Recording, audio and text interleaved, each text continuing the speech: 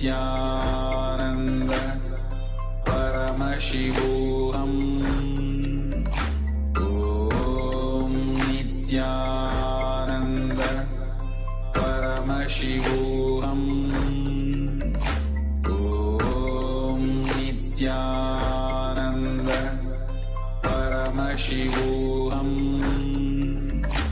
ॐ नित्यानन्द परमशिवोऽहम् ॐ नित्यानन्द परमशिवोऽहम् ॐ नित्यानन्द परमशिवोऽहम्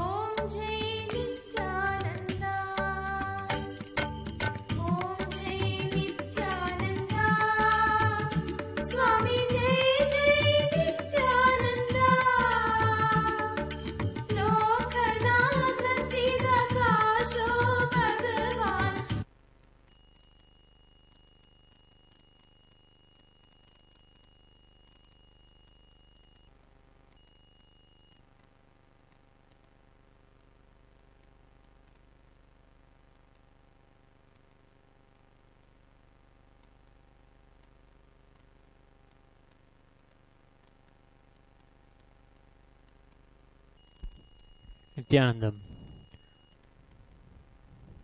Before we begin the Pratyakshapada Puja today, we request the participants to declare the following statements with integrity and authenticity. If you agree to the following statements, please say yes loudly.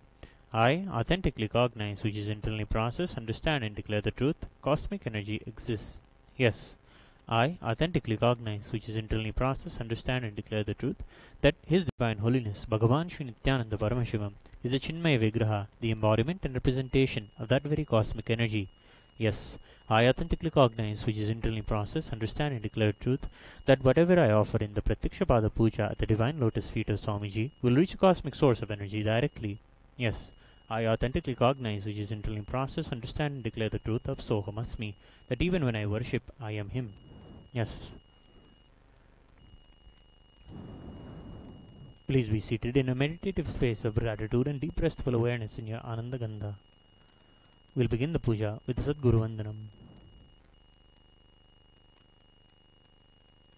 Nityanandam Paramasukadam Kevalam Jnanamurtim Dvandvatitam Gagana Sadrisham Tattvamasyadilaksham Ekam Nityam Vimalamachalam Sarvadhi Sakshibhutam Bhavatitam Trigunarahitam Sadgurum Tam Namami Nityanandeshwara Paramashiva Samarambham Nityanandeshwari Parashakti Madhyamam Asmadacharya Paryantam Vande Guru Paramparam Lalate Tripundri Nitilakrita Kasturi Tilakaha Spuranmaladhara Spurita Katigopi Navasanaha Tadano Dushtaram Chirasiva Nirajam Shashikalam Pradipas Sarvesham Arunagiri Yogi Vijayate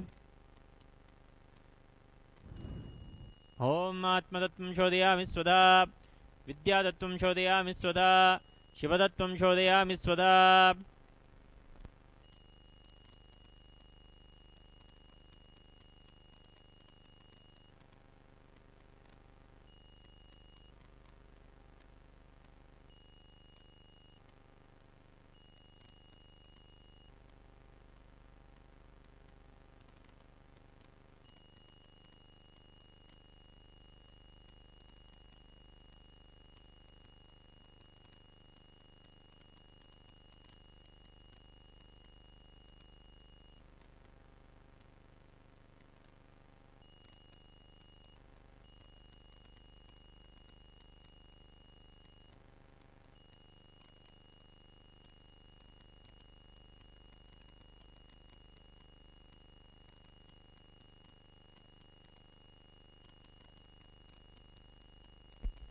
ॐ शुक्लाम्भरधरं विष्णुं शशिवर्णं चतुर्भुजं प्रसन्नवदनं ध्यायेत् सर्वविघ्नोपशान्तयेत् प्राणानायम्या ॐ भूः प्राणानायम्या संहितेन प्राणानायम्या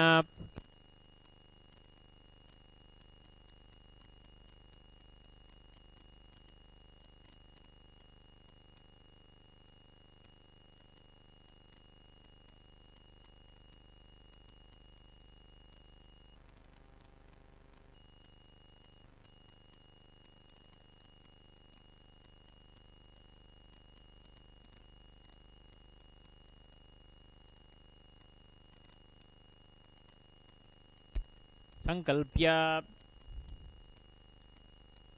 ममोपात्त समस्ता दुरितक्षयद्वारा भगवच्छ्री नित्यानंद परमशिव प्रीत्यर्थं श्री नित्यानंदेश्वरी पराशक्ति समेत श्री नित्यानंदेश्वर परमशिव प्रीत्यर्थं च शुभे शोभने मुहूर्ते आद्य ब्राह्मणः द्वितीयपरार्धे श्री श्वेतवराह कल्पे वैवस्वतमन्वन्तरे अष्टाविंशतितमे नित्ययुगे प्रथमे पादे जम्बूद्वीपे भारतवर्षे भरतखण्डे मेरोः दक्षिणे पार्श्वे शकाब्दे अस्मिन् वर्तमाने व्यवहारिके भववादीनां षष्ट्याः संवत्सराणां मध्ये शार्वरीनाम संवत्सरे उत्तरायणे श्रीलक्ष्मी वेङ्कटेश्वर ऋतौ वृषभमासे कृष्णपक्षे अष्टम्यां शुभतिथौ स्थिरवासरयुक्तायां पूर्वाभाद्रपदनक्षत्र बलवै प्रीतियोग बलवकर्ण एवं गुणविशेषणविशिष्टायाम् अस्यां शुभतिथौ लियाओ फेंगची नामधेयस्य लियाओ कुकांग नाम यः लियाओ चेंगझाओ नामधेयस्य चेंग चियानशेंग नामधेयस्य एन ली युए वेरोनिका नाम यः चेन वे सोंग नाम यः सकुटुम्बस्य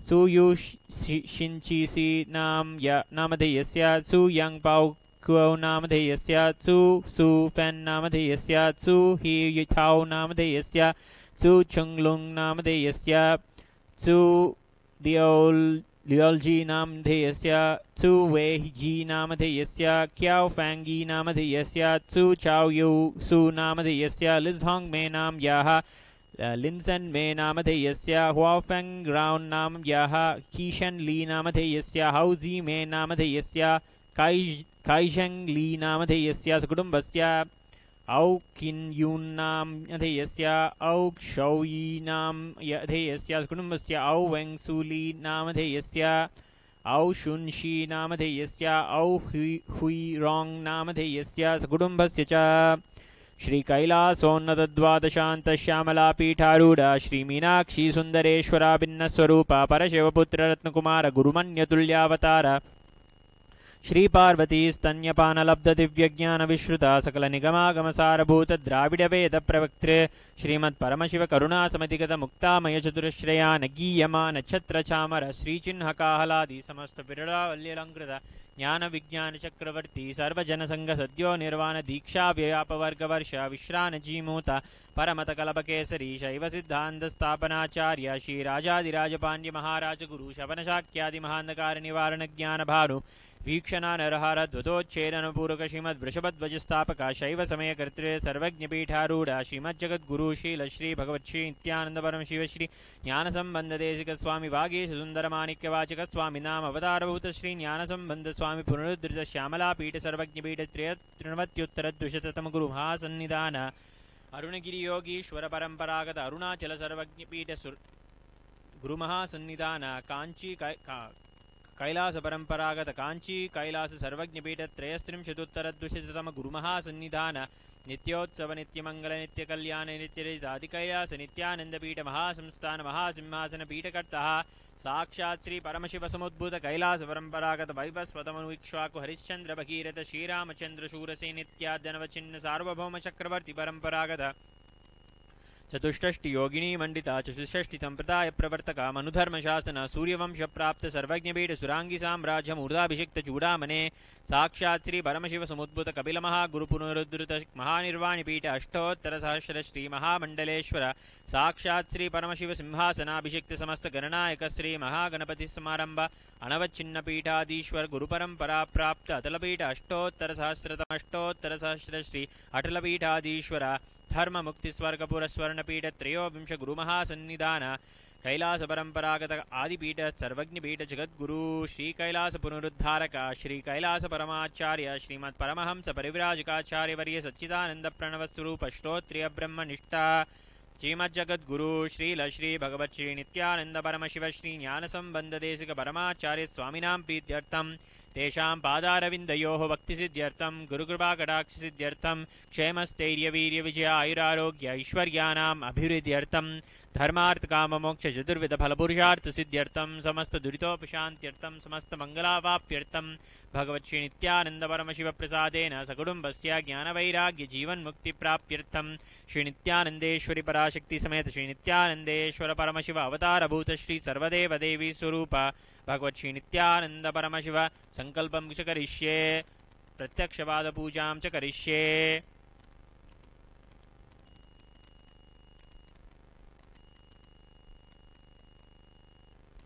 ओम अपोपस्पृश्य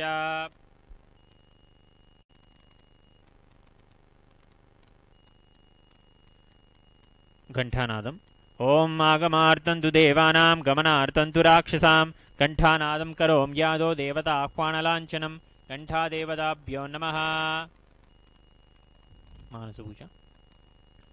ओम हृत्पद्ममासनं दद्यात् सहस्रारच्युतामृतैः पाद्यं चरणयोर्दद्यात् मनस्तु अर्घ्यं निवेदयेत् तेनामृतेनाचमनीयं स्नानीयं तेन च स्मृतम् आकाशतत्त्वं वस्त्रं स्यात् गन्धः स्यात् गन्धतत्त्वकं चित्तं प्रकल्पयेत् पुष्पं धूपं प्राणान् प्रकल्पयेत् तेजस्तत्त्वं च दीपार्थं नैवेद्यं स्यात् सुधाम्बुधिः अनाहतध्वनिर्घण्टा वायुतत्त्वं च चामरं सहस्रारं भवेच्छत्रं शब्दतत्त्वं च गीतकं नृत्यमिन्द्रियकर्माणि चाञ्चल्यं मनसस्तथा सुमेकलां पद्ममालां पुष्पं नानाविधं तथा अमायाद्यैर्भावपुष्पैः अर्चयेद्भावगोचरम् अमायम् अनहङ्कारम् अरागम् अमधं तथा अमोहगम् अदम्बं च द्वेषाक्षौभकौ तथा अमात्सर्यम् अलोपं च दशपुष्पं विदुर्बुधाः अहिंसा परमं पुष्पं पुष्पमिन्द्रियनिग्रहः दयापुष्पं क्षमापुष्पं ज्ञानपुष्पं च पञ्चमम् इति पञ्चदशैर्भावपुष्पैः सम्पूजयेत् भगवन्तं श्रीनित्यानन्दपरमशिवम्। उपचार पूजा। आसनम्। ओम सर्वभूतान्तरस्थाय सर्वभूतान्तरात्मने कल्पयाम्युपवेशार्थम् आसनं ते नमो नमः। ओम ह्रीमिदं सुवर्णासनं सर्वदेवदेवी स्वरूपाय भगवते श्रीनित्यानन्दपरमशिवाय नमः। स्वागतम्। ओम शान्तत्वात् सर्वकर्तृत्वा भावोपरितिकारणात् शिव उक्तो महातन्त्र मन्त्रविद्भिः सदा शिवः तस्मै शिवाय गुरवे वीतरागकलाय वै अमेयत्वात्तनन्तोऽयम् अजित्वाच्च प्रकीर्तितः यस्य दर्शनमिच्छन्ति देवा स्वाभीष्टसिद्धये तस्मै ते परमेशान स्वागतं स्वागतं प्रभो।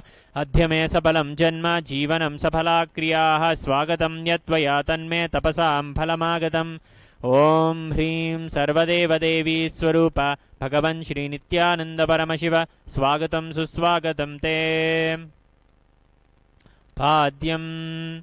ओम यद्भक्तिलेशसम्पर्कात् परमानन्दसम्प्लवः तस्मै ते परमेशान पाद्यं शुद्धाय कल्पयेत्। ओम ह्रीं एतत्पाद्यं सर्वदेवदेवी स्वरूपाय भगवते श्रीनित्यानन्दपरमशिवाय नमः। अर्घ्यः।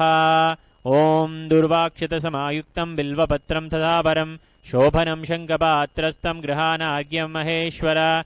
ओम ह्रीं मेषोऽर्घ्यः सर्वदेवदेवी स्वरूपाय भगवते श्रीनित्यानन्दपरमशिवाय स्वाहा। आचमनीयम्। ओम मन्दाकिन्यास्तु यद्वारी सर्वपापहरं शुभं गृहाणाचमनीयं त्वं मया भक्त्या निवेदितम्। ओम ह्रीं इदम् आचमनीयोदकं सर्वदेवदेवी स्वरूपाय भगवते श्रीनित्यानन्दपरमशिवाय स्वधा।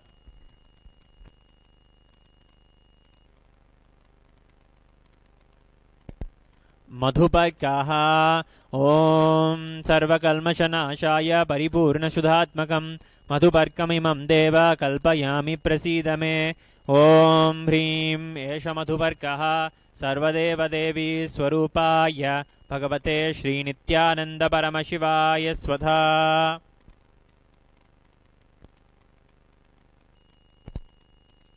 गन्धतैलम्। ॐ स्नेहं ग्रहाण स्नेहेन लोकानामितकारक सर्वलोकेषु शुद्धस्त्वं ददामि स्नेहमुत्तमम् ॐ ह्रीं इदं गन्धतैलं सर्वदेवदेवी स्वरूपाय भगवते श्रीनित्यानन्दपरमशिवाय निवेदयामि स्नानीयम् ॐ इदं सुशीतलं वारी स्वच्छं शुद्धं मनोहरं स्नानार्थं ते मया भक्त्या कल्पितं प्रतिगृह्यताम् ॐ ह्रीं इदं स्नानीयोदकं सर्वदेवदेवी स्वरूपाय भगवते श्रीनित्यानन्दपरमशिवाय निवेदयामि वस्त्रम् ॐ मायाचित्रपटाचिन्न निजगुह्योरुतेजसे निरावरणविज्ञाय वासस्ते कल्पयाम्यहम् ॐ ह्रीं इदं वस्तोत्तरीयं सर्वदेवदेवी स्वरूपाय भगवते श्रीनित्यानन्दपरमशिवाय निवेदयामि आभरणम् ॐ स्वभावसुन्दराङ्गाय नानाशक्त्याश्रयाय ते सुवर्णं भूषणं तुभ्यं कल्पयामि प्रसीद मे ॐ ह्रीं इदं सुवर्णाभरणं सर्वदेवदेवी स्वरूपाय भगवते श्रीनित्यानन्दपरमशिवाय निवेदयामि गन्धः ॐ शरीरं ते न जानामि चेष्टां नैव च मया निवेदितान् गन्धान् प्रतिगृह्य विलिप्यताम् ॐ ह्रीं मेषद्गन्धः सर्वदेवदेवी स्वरूपाय भगवते श्रीनित्यानन्दपरमशिवाय नमः पुष्पम् ॐ तुरीयवनसम्पन्नं नानागुणमनोहरम् आनन्दसौरभं पुष्पं गृह्यतामिदमुत्तमम् ॐ ह्रीं एतानि सचन्दनपुष्पाणि सर्वदेवदेवी स्वरूपाय भगवते श्रीनित्यानन्दपरमशिवाय वौषट् बिल्वपत्रम् ॐ अमृतोद्भवं श्रीवृक्षं शङ्करस्य सदा प्रियं बिल्वपत्रं प्रयच्छामि पवित्रं ते सुरेश्वर ॐ ह्रीं एतानि सचन्दनबिल्वपत्राणि सर्वदेवदेवी स्वरूपाय भगवते श्रीनित्यानन्दपरमशिवाय वौषट् तुलसीपत्रम् ॐ नमस्ते बहुरूपाय वरदमूर्तये परमात्मने स्वाहा ॐ ह्रीं इदं सचन्दनतुलसीपत्रं सर्वदेवदेवी स्वरूपाय भगवते श्रीनित्यानन्दपरमशिवाय नमः धूपः ॐ वनस्पतिरसो दिव्यो गन्धाद्यसुमनोहरः आग्रेयः सर्वदेवानां धूपोऽयं प्रतिगृह्यताम् ॐ ह्रीं एष धूपः सर्वदेवदेवी स्वरूपाय भगवते श्रीनित्यानन्दपरमशिवाय नमः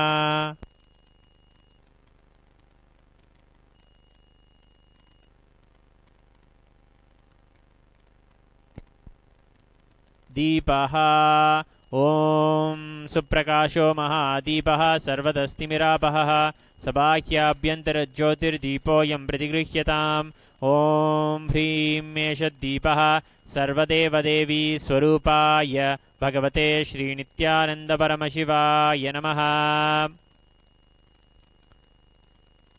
नैवेद्यम् ॐ नैवेद्यं विविधं देवा शर्करादिविनिर्मितं मया निवेदितं भक्त्या गृहाण परमेश्वर ॐ ह्रीं इदं पानार्तो नैवेद्यं सोपकर्णनैवेद्यं सर्वदेवदेवी स्वरूपाय भगवते श्रीनित्यानन्दपरमशिवाय निवेदयामि पानीयम् ॐ समस्तदेवदेवेश सर्वतृप्तिकरं परम् अखण्डानन्दसम्पूर्णं ग्रहाणजलमुत्तमम् ॐ ह्रीं इदं पानार्थोदकं सर्वदेवदेवी स्वरूपाय भगवते श्रीनित्यानन्दपरमशिवाय नमः आचमनीयं पुनराचमनीयम् ॐ उच्छिष्टमप्यशुचिर्वा यस्य स्मरणमात्रतः शुद्धिमाप्नोति तस्मै ते पुनराचमनीयकम् ॐ ह्रीं इदं पुनराचमनीयोदकं सर्वदेवदेवी स्वरूपाय भगवते श्रीनित्यानन्दपरमशिवाय स्वाहा।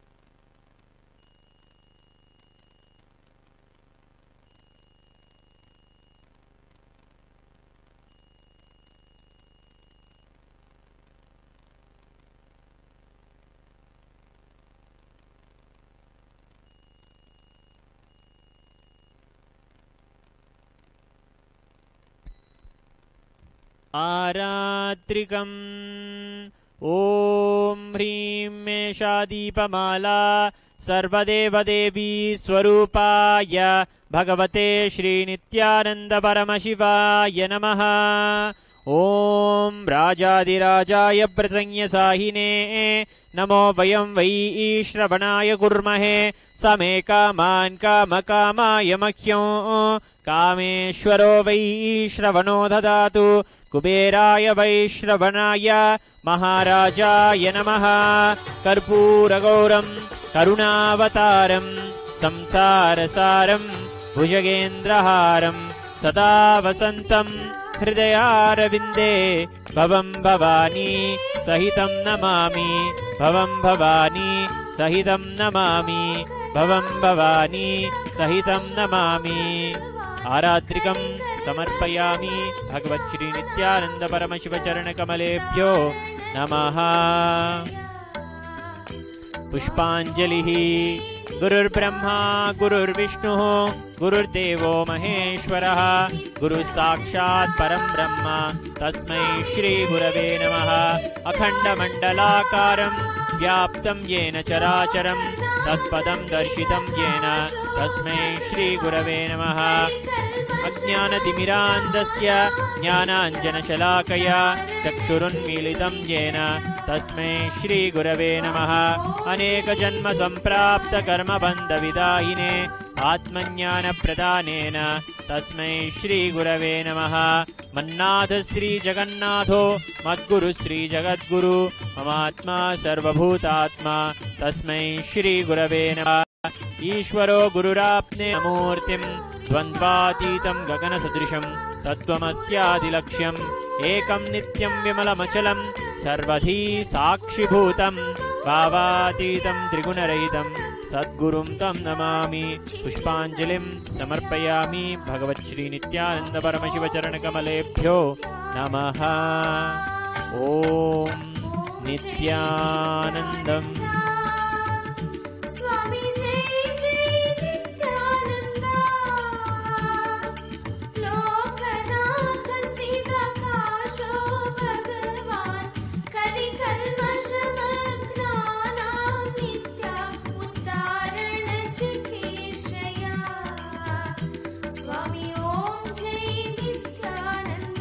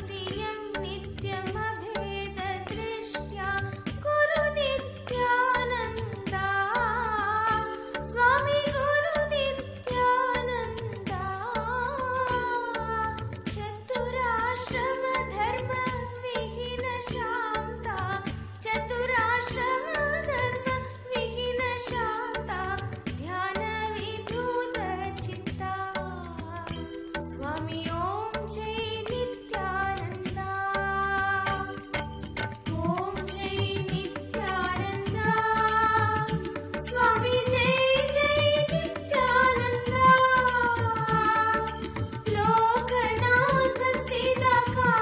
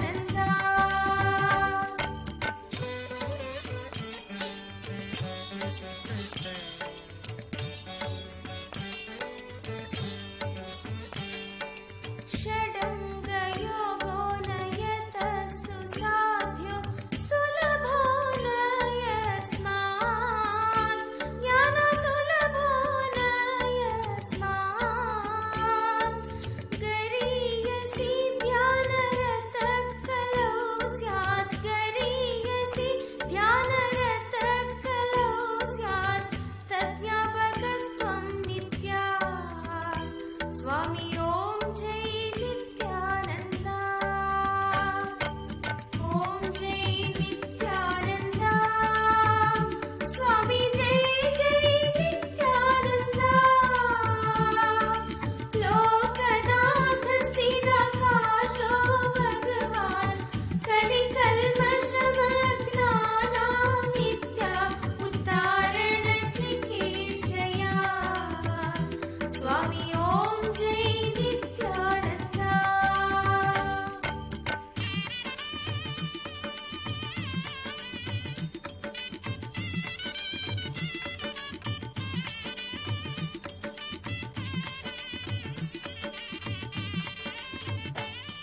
ध्यायन्ति गायन्ति नमन्ति नित्यं ब्रह्म विष्णु शिवदेवा नित्य ब्रह्म विष्णु शिवदेवा तै प्रार्थितस्तस्य परावतारो तै प्रार्थितस्तस्य परावतारो विबाहुधारी नित्या स्वामी ॐ जय नित्यानन्द ॐ जय नित्यानन्द स्वामी जय जय नित्यानन्द लोकनाथ स्थिराकाशो भगवान् कलिकल्मषमग्नानां नित्या उद्धारण चिकीर्षया स्वामी ॐ जय नित्यानन्द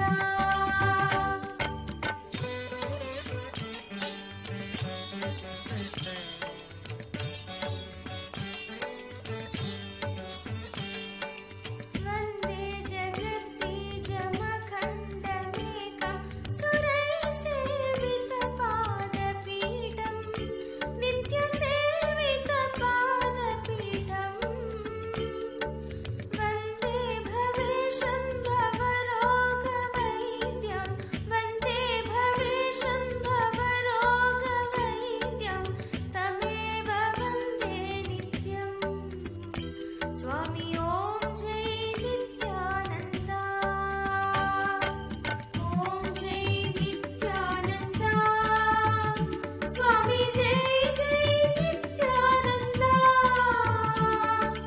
लोकनाथ स्थिराकाशो भगवान् कलिकल्मषमग्नानां नित्या उद्धारण चिकीर्षया स्वामी ॐ जय नित्यानन्द